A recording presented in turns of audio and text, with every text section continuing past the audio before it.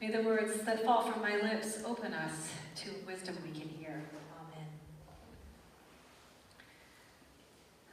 John Elder Robinson spent the first 40 years of his life living with high-functioning Asperger's.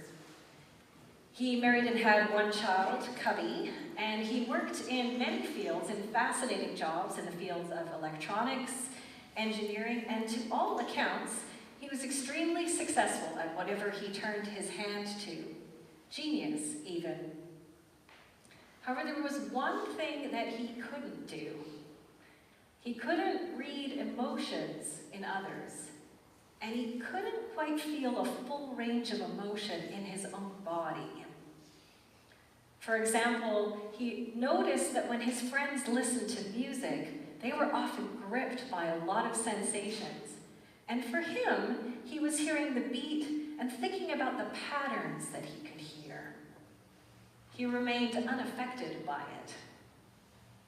And for a while, it suited him, and it actually suited his marriage at the time. His wife suffered from depression, and when she was ill, in a weird way, it didn't bother John. Really nothing emotional bothered John. But despite this, a part of him was really curious about the emotional life. And when he had this opportunity, when he was presented an opportunity by these researchers to participate in some experimental treatment, he decided to say yes. He wondered what it would be like to be gripped by emotion. The process that he volunteered for is something called transcranial magnetic stimulation, and the most simple way to describe it is running an electric current through some coils and stimulating certain parts of the brain. And they're looking at that particularly for people with strokes or MS, but they're also looking at drug-resistant depression. Can we re-stimulate parts of the brain and maybe recreate some channels? In this case, though, the researchers wanted to work with people with autism and Asperger's to see what stimulation of emotions could happen. Was that possible? So when they gave John the first treatment, everybody was disappointed.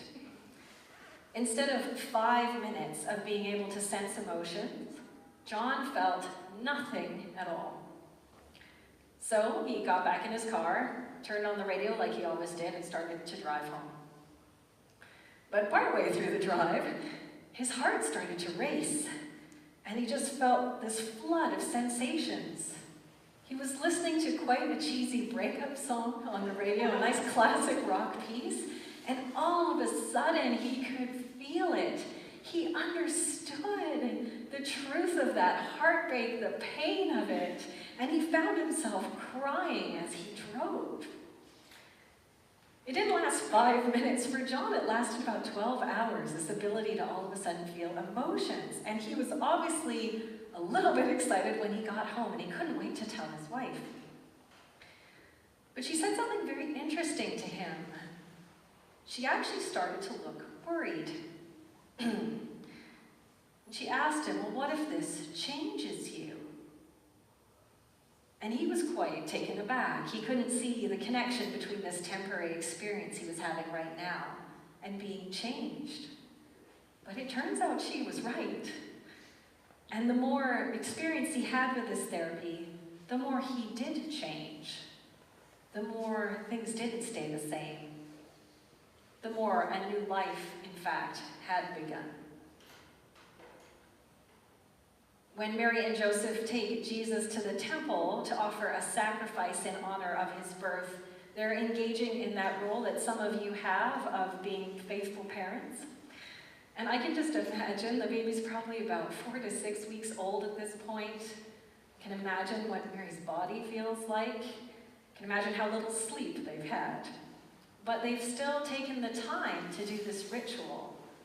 And like all rituals, it probably contained a little bit of magic for them, a little bit of secret hope. Taking him to the temple, Mary and Joseph no doubt were hoping to secure a good future for him, protect this child.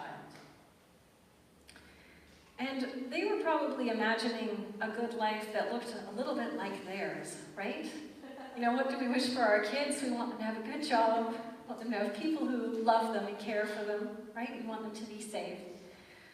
And yet, no matter what this poor couple does, the strange signs and prophecies just keep coming. One of the things we witness in the story today is the grace of a kind of patience that doesn't seem to make a lot of sense. Simeon and Anna have been tending to the temple for many years. They're in their 8th and 9th decade, and they've been waiting all their lives for the Messiah to come. They don't know if it's going to happen in their lifetime. There's actually really little reason to think that. They have a history of knowing their ancestors waiting, and yet they have to live their life like they believe that that's coming. So Simeon is sitting there tending to the temple, staying true to a faith that would have seemed, frankly, in that time, very unpopular, very small, fairly strange, and yet he keeps the flame of faith alive despite the skepticism. And so he awakes one morning with a message urging him to go to the temple that day, and when he sees the couple, he gathers up that baby and cradles the baby in his arms, and we can feel the love of that moment and that joy. His wait is over. Simeon's a great reminder of how we can live our life of hope without any great guarantees.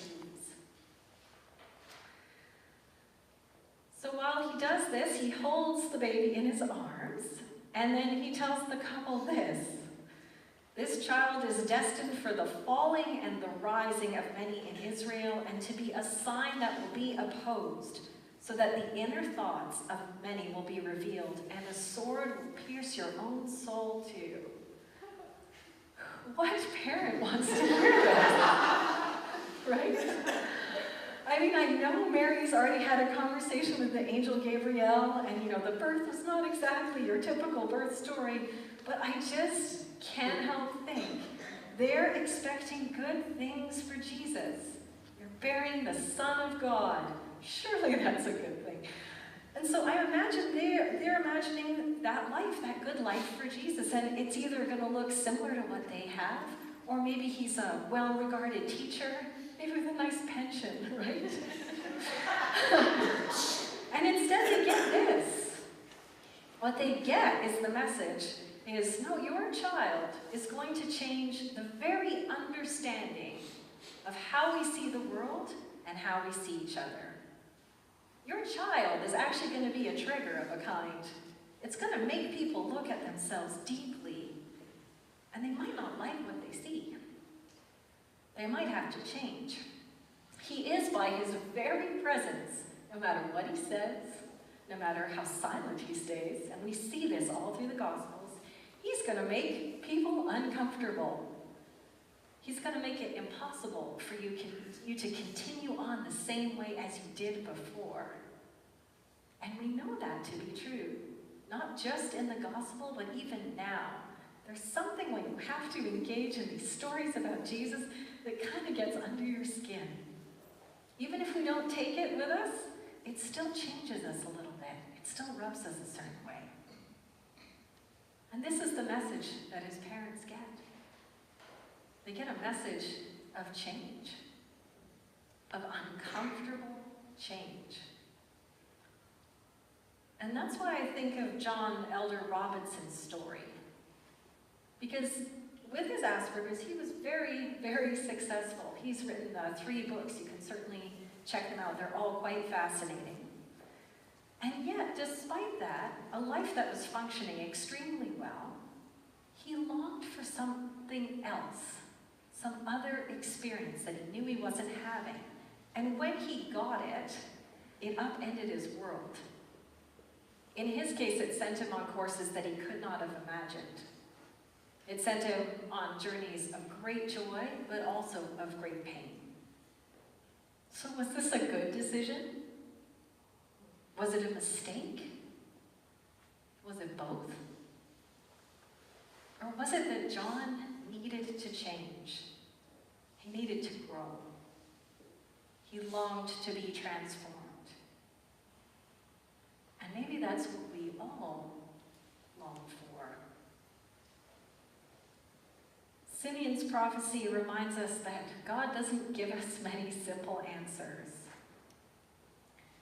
Instead, God calls us and asks for our very lives and then changes them.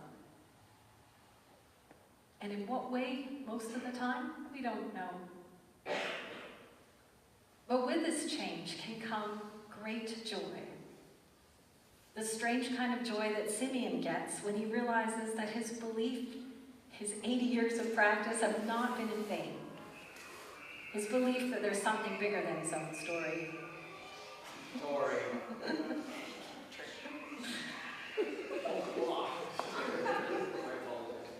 That's quite all right. He gets that strange joy when he knows his life has not been in vain. That there's something larger than his own life that is in play. That through Jesus, the baby he's holding in his arms, we will be transformed. It's not possible for us to get through life staying the same for our whole lives. And Jesus reminds us that through our faith, this transformation can come quickly or clearly. It can come slowly, but it comes. And when it does, a new life begins again. May it be so. Amen.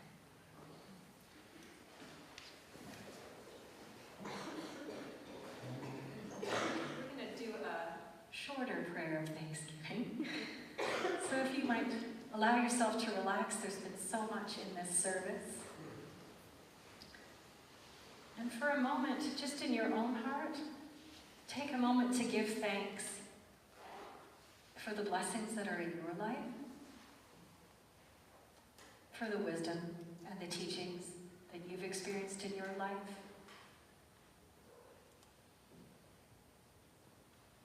Give thanks for those around you who've loved you,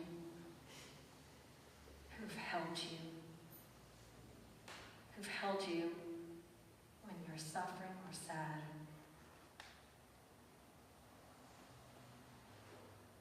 Holy One, we ask you to extend your care and presence to all of us.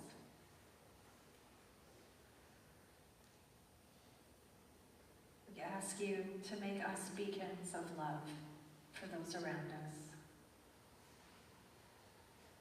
And we give thanks for the full tapestry of our lives.